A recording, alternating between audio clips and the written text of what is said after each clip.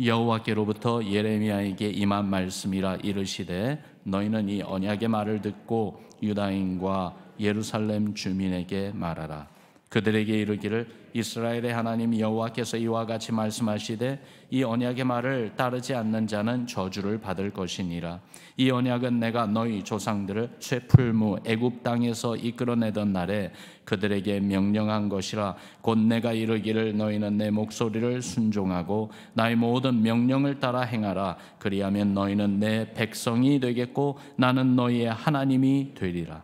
내가 또 너희 조상들에게 한 맹세는 그들에게 젖과 꿀이 흐르는 땅을 주리라 한 언약을 이루리라 한 것인데 오늘이 그것을 증언하느니라 하라 하시기로 내가 대답하여 이르되 아멘 여호와여 하였노라.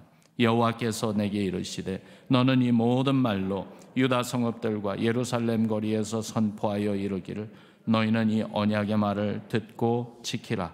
내가 너희 조상들을 애굽 땅에서 인도하여 낸 날부터 오늘까지 간절히 경계하며 끊임없이 경계하기를 너희는 내 목소리를 순종하라 하였으나 그들이 순종하지 아니하며 귀를 기울이지도 아니하고 각각 그 악한 마음에 완악한 대로 행하였으므로 내가 그들에게 행하라 명령하였어도 그들이 행하지 아니한 이 언약의 모든 규정대로 그들에게 이루게 하였느니라 하라.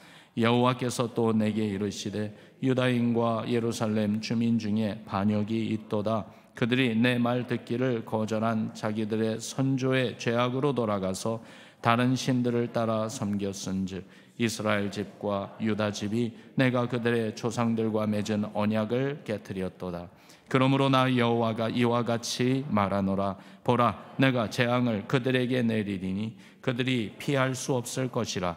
그들이 내게 부르짖을지라도 내가 듣지 아니할 것인즉 유다 성읍들과 예루살렘 주민이 그 분향하는 신들에게 가서 부르짖을지라도 그 신들이 그 고난 가운데에서 절대로 그들을 구원하지 못하리라. 유다야, 뇌 신들이 뇌 성읍의 수와 같도다. 너희가 예루살렘 거리의 수대로 그 수치스러운 물건의 제단 곧 바알에게 분향하는 제단을 쌓았도다. 그러므로 너는 이 백성을 위하여 기도하지 말라. 그들을 위하여 부르짖거나 구하지 말라. 그들이 그 고난으로 말미암아 내게 부르짖을 때에 내가 그들에게서 듣지 아니하리라. 나의 사랑하는 자가 많은 악한 음모를 꾸미더니 나의 집에서 무엇을 하려느냐? 거룩한 제물 고기로 내 재난을 피할 수 있겠느냐? 그때 내가 기뻐하겠느냐? 여호와께서는 그의 이름을 일컬어 좋은 열매 맺는 아름다운 푸른 감람나무라 하였었으나 큰 소동 중에 그 위에 불을 피웠고 그 가지는 꺾였도다. 바알에게 분향함으로 나의 노염을 일으킨 이스라엘 집과 유다 집의 악으로 말미암아 그를 심은 만군의 여호와께서 그에게 재앙을 선언하셨느니라. 아멘. 예레미야서 말씀 쉬운 말씀이 아니에요. 죄악 가운데 행하고 그래서 하나님의 무서운 진노와 심판을 피하지 못하는 그 현실 앞에서 정말 회개를 촉구하시는 하나님의 말씀이 예레미야서입니다. 예레미야서 전체를 보면 그 말씀이 계속 진행되고 있어요. 그런데 참 감사한 게 어둡고 심판의 말씀, 정말 받아들이기 힘든 그러한 말씀들 가운데 어두울수록에 그 안에 빛은 더욱더 아름답고 밝게 빛나듯이 이 말씀 안에 숨겨진 보석과 같은 하나님의 은혜가 있어요. 하나님의 위로가 있어요. 하나님의 권고가 있고 하나님의 약속이 있어요. 오늘 말씀에도 그러한 내용이 이 안에 지금 담겨져 있습니다. 오늘 말씀에 아주 중요한 한 단어가 나옵니다. 예레미야서에서 처음으로 이 단어가 언급이 됩니다. 어떤 단어냐 하면은 언약. 따라합시다. 언약. 카버넌트라고 하는 이 언약. 이 단어가 예레미야서 11장에 가서 이제 처음으로 등장합니다. 하나님과 이스라엘의 관계를 설명해 주는 단어이지 않습니까? 하나님은 그들의 언약의 하나님이시고 그리고 이스라엘은 하나님의 언약의 백성인 것이죠. 여러분, 언약이 무엇입니까? 하나님과 이스라엘 백성과의 그 계약, 그 그 컨트랙트다. 그렇게 생각해도 되겠어요. 약속이지요. 4절 말씀처럼 너희는 내 백성이 되겠고 나는 너희 하나님이 되리라고 하신 그 말씀처럼 언약은요, 서로 상대방에게 책임적인 존재가 되어야 한다는 이 의무감을 가지고 있습니다. 그래서 이 언약이라는 것은 그 양방이 서로 관계를 맺는데 자기가 지켜야 될 책임을 다함으로써 그 관계를 유지하는 그러한 내용이 담겨져 있죠. 그런데 하나님의 언약을 보면은 세상에서 존재하는 다른 이 컨트랙트, 계약과는 판연하게 다른 것이 있습니다. 어떤 면에 다른가 하니까요, 첫 번째로 일방적이고 무조건적인 언약입니다. 하나님의 언약은 일방적이고 무조건적인 언약이에요. 예레미야 선지자를 통해 언급하시는 언약 4절을 다시 보면은요, 모세 시대의 출애굽 이후에 맺은 언약입니다. 4절을 다시 읽어봅시다. 시작. 이 언약은 내가 너희 조상들을 쇠풀무 애굽 땅에서 이끌어내던 날에 그들에게 명령한 것이라. 곧 내가 이르기를 너희는 내 목소리를 순종하고 나의 모든 명령을 따라 행하라. 그리하면 너희는 내 백성이 되겠고 나는 너희의 하나님이 되리라. 여러분, 이 말씀만 보면은 하나님의 언약이 조건적이고 그리고 순종을 요구하는, 그래서 순종해야 하나님의 백성이 된다고 말씀하는 것으로 이해가 되지요. 그러나 여러분 생각해 보세요. 하나님은 출애굽 사건 전에 이미 이스라엘에 대해서 내 백성이다 그렇게 선언하셨어요. 아직 이스라엘에게 하나님의 명령을 주기도 전에, 그래서 이스라엘이 아직 하나님의 율법을 듣기도 보기도 지키기도 행하기도 전에 이미 이스라엘을 향해서 그들은 내 아들, 내 장자다라고 말씀하셨어요. 모세를 애굽 왕 바로에게 보내시면서 모세에게 주신 말씀입니다. 출애굽기 4장 22절에 보니까 너는 바로에게 이르기를 여호와의 말씀에 이스라엘은 내 아들, 내 장자라 그렇게 말하라고 명하셨습니다. 여러분, 하나님이 이스라엘을 노예 속박에서 구출해 내신 것은요, 정말 그 작고 연약한 불쌍한 한 민족을 도와주신 그러한 레벨가 아닙니다. 하나님께 속한 하나님의 백성이 고통받는 것을 보시고 하나님께 속한 하나님의 그 자녀와 같은 하나님의 장자인 그 나라, 그 민족을 보시면서 안타까워하시면서 구원하신 것이 바로 출애굽의 사건입니다. 당신의 아들, 언약으로 하나님의 장자를 구원하신 것이에요. 만약 하나님의 뜻에 순종하고 행해야 하나님의 백성이 된다는 이 조건부가 적용되었다면 이스라엘은 처음부터 하나님의 백성이 될 수 없었을 것입니다. 언약을 맺기 전에도 순종한 적이 없고, 여러분, 언약을 맺은 후에도 순종한 적이 없는 이스라엘 민족이에요. 출애굽 사건 이후에 40년의 광야 행군 그 기간, 하나님을 향한 이스라엘의 태도를 그저 짧은 한마디로 표현하라고 하면 뭐라고 표현하겠습니까? 불평과 원망밖에는 없지 않습니까? 그래서 결국 불평과 원망하며 불신하던 그 세대, 그 광야에서 다 죽게 되는, 오직 하나님 앞에 순종했던 두 사람만 살아서 약속하신 그 가나안 땅에 들어가는 그 사건을 볼 때에 정말 이스라엘이 하나님 앞에 순종한 것은 결단코 아니었던 것을 봅니다. 그런데도 하나님은 그들을 당신의 언약의 백성으로 삼아주셨습니다. 정말로 이 하나님의 언약은요, 일방적이고 그리고 무조건적입니다. 그러면서 하나님의 이 언약을 보면 두 번째, 하나님이 보장하시는 언약입니다. 5절 말씀을 보세요. 5절 말씀 우리 같이 읽어봅니다. 시작. 내가 또 너희 조상들에게 한 맹세는 그들에게 젖과 꿀이 흐르는 땅을 주리라 한 언약을 이루리라 한 것인데 오늘이 그것을 증언하느니라 하라 하시기로 내가 대답하여 이르되 아멘 여호와여 하였노라. 아멘. 하나님이 맹세하셨다 그렇게 말씀하고 있지요.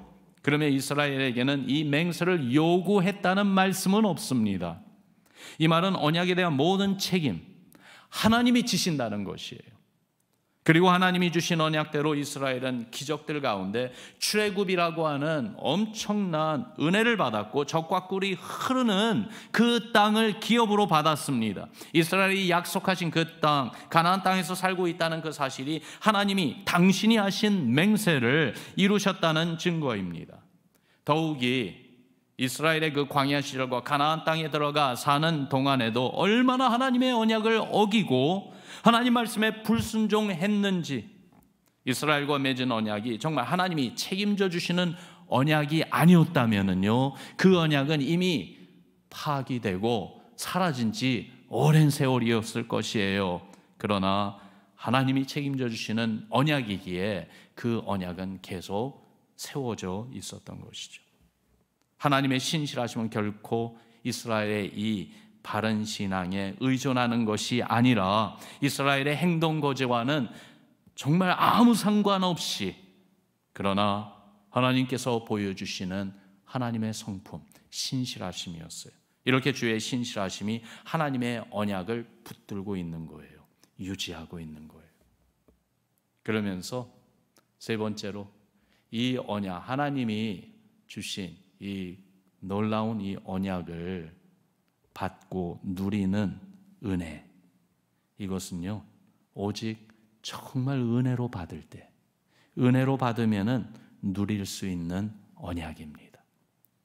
하나님이 일방적으로 무조건적으로 세우시고 하나님이 보장하시며 주신 언약, 이 언약 안에 있는 모든 혜택과 복을 누릴 수 있는 은혜를 주셨어요. 언약 안에 있는 혜택이 뭐예요? 하나님이 바로 우리의 하나님이 되신다는 거예요. 그게 무슨 말입니까? 이 말은 하나님이 우리를 책임져 주신다는 거죠. 하나님이 우리의 생사화복을 붙들어 주시고, 또한 하나님이 하나님의 선하심으로 또한 주의 생명과 은혜와 기쁨과 감사와 사랑과 축복의 길로 인도해 주신다는 것입니다. 그런데 안타깝게도 이스라엘은 이런 놀라운 하나님의 은혜를 누리지 못했습니다.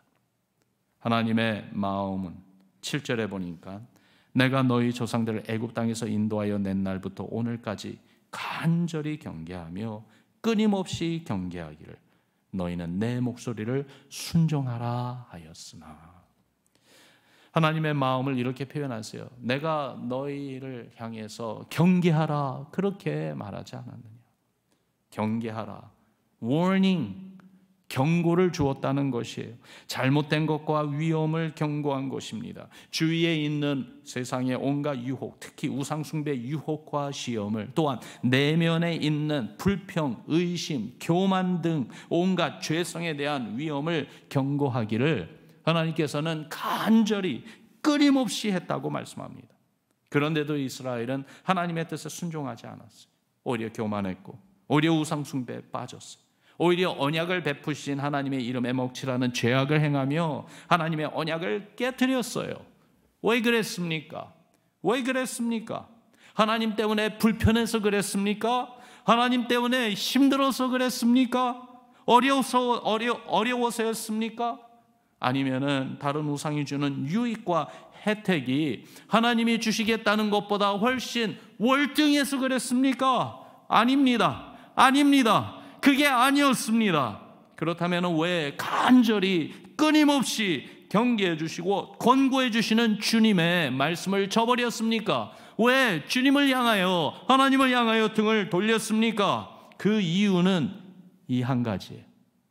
은혜를 진정한 은혜로 받지 않았기 때문입니다. 은혜로 주신 것을 귀한 줄로 생각하지 않았기 때문입니다. 은혜에 대한 감사, 그 감사하는 마음으로 은혜에 보답하고자 하는 헌신으로 하나님 앞에 나오지 않았기 때문입니다. 하나님이 베풀어 주신 은혜가 그들에게는 은혜가 아니었어요. 그 결과로 본문에 주께서 이스라엘에 재앙을 내리시겠다고 하시는데, 하나님이 내리시는 재앙 가운데 가장 무서운 부분이 어느 부분인지 보세요. 하나님이 주시는 심판, 가장 두려운 심판이 11절을 보세요. 뭐라고 나오고 있는지요. 그러므로 나 여호와가 이와 같이 말하노라. 보라, 내가 재앙을 그들에게 내리니 그들이 피할 수 없을 것이라. 그들이 내게 부르짖을지라도 내가 듣지 아니할 것인지.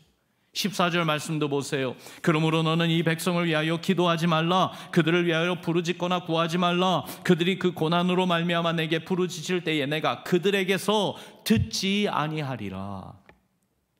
여러분, 하나님이 주시는 가장 두렵고 무서운 심판은 다른 것이 아니라 이스라엘을 향한 하나님의 귀를 닫아버리시겠다는 거예요. 그거보다도 무서운 건 없어요. 그들의 고통과 아픔으로 하나님을 찾는 소리, 정말 하나님 우리를 도와주세요, 우리를 구원해 주세요, 우리를 살려주세요, 울부짖고 하나님을 찾고 찾아도 하나님이 그 소리를 듣지 않으시겠다고 하십니다. 얼마나 두렵습니까? 하나님의 마음이 닫아진다면 그것보다도 더 두려운 것이 어디 있겠습니까? 어떻게 해야 할까요? 이스라엘이 이런 상황에서 할 수 있는 것이 무엇일까요? 기억하는 것입니다. 무엇을 기억하는가? 하나님의 언약을 기억하는 것입니다. 하나님의 언약은 하나님이 책임지신다고 그랬잖아요. 하나님의 언약은 조건적인 언약이 아니라고 그랬잖아요. 무조건적인, 일방적인 언약이기 때문에 하나님의 언약, 하나님이 보장해 주시는 그 언약을 기억하고 다시 언약의 하나님께 돌아오는 거예요. 살고 죽는 것까지도 다 하나님의 언약, 그 언약 안에서 우리를 보시는 하나님께 다 맡기는 거예요. 하나님의 언약대로 이루어달라고 간구하며 요구하는 것입니다. 이런 내용이요, 여러분, 우리에게 주는 교훈이 있지 않겠습니까? 우리도 언약의 백성입니다. 우리에게도 하나님은 언약을 주셨습니다. 이스라엘 백성에게 주신 언약보다도 더욱더 크고 귀한 언약을 우리에게 주셨는데 새 언약을 주셨습니다. People of the New Covenant. 이 언약은 예수 보혈로 맺은 언약입니다. 누가복음 22장 20절에 보니까 예수님이 잡시던 날밤에 마지막 만찬을 주께서 제자들과 함께 나누실 때에 거기서 이런 말씀을 하셨어요. 이 잔은 내 피로 세우는 새 언약이니 곧 너희를 위하여 붓는 것이라. 예수님이 십자가 위에서 흘리신 구속의 피, 그 피로 우리 모두의 죄가 사함을 받고 구원받게 하셨어요. 우리로 하여금 하나님의 자녀, 하나님의 백성이 되게 하셨어요. 일방적으로 그리고 무조건적으로 우리에게 주신 피의 언약입니다. 하나님의 백성으로 새 언약으로 사는 우리에게 주님이 주신 새 계명이 있습니다. 정말로 이 계명 안에 하나님의 마음이 담겨져 있습니다. 우리를 향하신 하나님의 선하신 뜻이 담겨져 있습니다. 언약의 백성이라면은 이 계명을 붙잡고 살아야 됩니다. 이 계명을 누리며 살아야 됩니다. 요한복음 13장에 주님이 그렇게 말씀하셨죠. 34절 35절 말씀 같이 읽습니다. 시작. 새 계명을 너희에게 주노니 서로 사랑하라. 내가 너희를 사랑한 것 같이 너희도 서로 사랑하라. 너희가 서로 사랑하면 이로써 모든 사람이 너희가 내 제자인 줄 알리라. 하나님의 사랑으로 살라는 말씀이에요. 서로 주님이 보여주신 사랑으로 사랑하면서 주께서 주신 그 언약의 은혜를 누리며 살라고 하시는 말씀이에요. 여러분, 이 말씀이 예수님께서 제자들에게 우리에게 주신 그 계명, 명령, 법칙, 규율, 그것만이 아니에요. 이 계명 안에 하나님의 마음이 담겨져 있어요. 하나님의 성품이 담겨져 있어요. 우리를 향해 축복하시는 말씀이에요. 서로를 사랑하라. 그래서 내 형제 자매를 사랑할 때 내가 해야 되는 것만이 아니라 무슨 말입니까? 이제 새 언약의 공동체 안에서는 주님이 나에게 보여주시는 그 사랑을 주님의 공동체를 통해서 받고 누린다는 말씀도 이 안에 담겨져 있지 않습니까? 여러분, 주의 십자가 은혜로 세워진 피의 언약, 새 언약 안에서 삽시다. 어떤 경우에도 주의 은혜를 소홀히 여기거나 경솔하게 여기지 맙시다. 소중히 여기고 감사하며 은혜 보답하는 신앙으로 삽시다. 주님을 사랑하는 것입니다. 주의 사랑으로 살아가는 것입니다. 서로에게, 그리고 심지어 죄인을 향해서도 주의 십자가 사랑을 전하며 살아가는 우리의 신앙, 우리 교회 되기를 주의 이름으로 축원합니다. 다시 말씀드립니다. 우리에게 주신 일방적이고 무조건적이며 주께서 친히 보장하시는 새 언약, 구원의 은혜를 늘 감사하고 그 은혜 보답하는 삶으로 삽시다. 그러며 은혜를 부인하고 거부하게 만드는 어떤 모양이라도, 특히 여러 가지 모양의 우상 숭배 그 모습 다 버리고 오직 우리 주님만을, 하나님만을 사랑하며 신뢰하며 따르는 참된 언약의 백성 되기를 주님의 이름으로 축원합니다. 혹시나 그 언약의 백성의 자리에서 이탈해서 너무 멀리 갔다 할지라도, 그래서 하나님이 우리를 향하여 마음을 닫으시고 귀를 닫으시고 아무리 부르짖고 주의 이름을 부른다 할지라도 하나님이 나를 들어주시는가, 나를 듣지 아니하시는 것은 아닌가 하는 그러한 의심과 불신이 내 마음에 자꾸 채워진다 할지라도 그 순간 기억해야 되는 것은 주께서 우리에게 주신 언약입니다. 새 언약입니다. 십자가 은혜로 세워주신 언약입니다. 하나님이 우리를 위하여 그 언약을 세우시고요, 그 언약을 보장하세요. 주께서 말씀하신 그 언약을 이루세요. 성경에 보면은 아브라함과 맺은 언약이 있고요, 다윗과 맺은 언약이 있고요, 이렇게 이스라엘 백성과 맺은 언약, 모세를 통하여 맺으신 언약이 있어요. 근데 그 내용들을 다 보면은 사실 조건적인 내용들이 아니에요. 아브라함과 맺은 언약도 여러분 기억하시죠? 창세기 17장에 보면은 하나님께서 명하셔서 그 하나님과 언약을 맺기 위하여 짐승을 반토막 다 내게 하시고, 그러고 나서 반토막 잘라진 그 재물, 그 중앙을 지나가는, 그러면서 언약을 맺는 그 일을 아브라함을 데리고 가질 않으셨어요. 하나님께서 불로 하나님 당신이 직접 지나가셨어요. 그래서 그 언약을 파괴하는 자는 그 언약의 대가로 엄청난 심판을 감당하는 그 일을 하시겠다고 하나님 선언하셨는데, 예수님의 몸이 찢김을 당하면서 정말 그 언약을 파괴한 하나님의 언약의 백성의 죄값을 하나님이 직접 담당하셨어요. 처음부터 일방적이고 무조건적이고 하나님이 보장하시는 언약입니다. 그래서 예수님 안에 있는 이 새 언약, 이것을 항상 우리 마음에 품고 기억하면서 우리가 어느 자리에 있든지 다시 한번 주의 십자가 바라보고, 그러면서 주여 긍휼히 여겨주옵소서, 불쌍히 여겨주옵소서, 내가 살고 죽는 것 주님의 손에 있습니다, 주의 선한 뜻대로 나에게 행하소서 하며 우리 자신을 주님께 온전히 맡길 때에 그 순간 다시 한번 언약의 백성으로 주께서 우리에게 베풀어 주신 언약의 은혜를 주께서 채워 주실 줄을 믿습니다. 오늘 이 아침에도 정말 주님이 우리에게 베푸신 이 새 언약, 주의 피의 언약을 붙들고 기도합시다. 주께서 우리의 기도를 들으시고 응답하시며 주의 선한 뜻을 이루시며 하나님의 영광을 보여주실 줄을 믿습니다. 우리 같이 기도하겠습니다.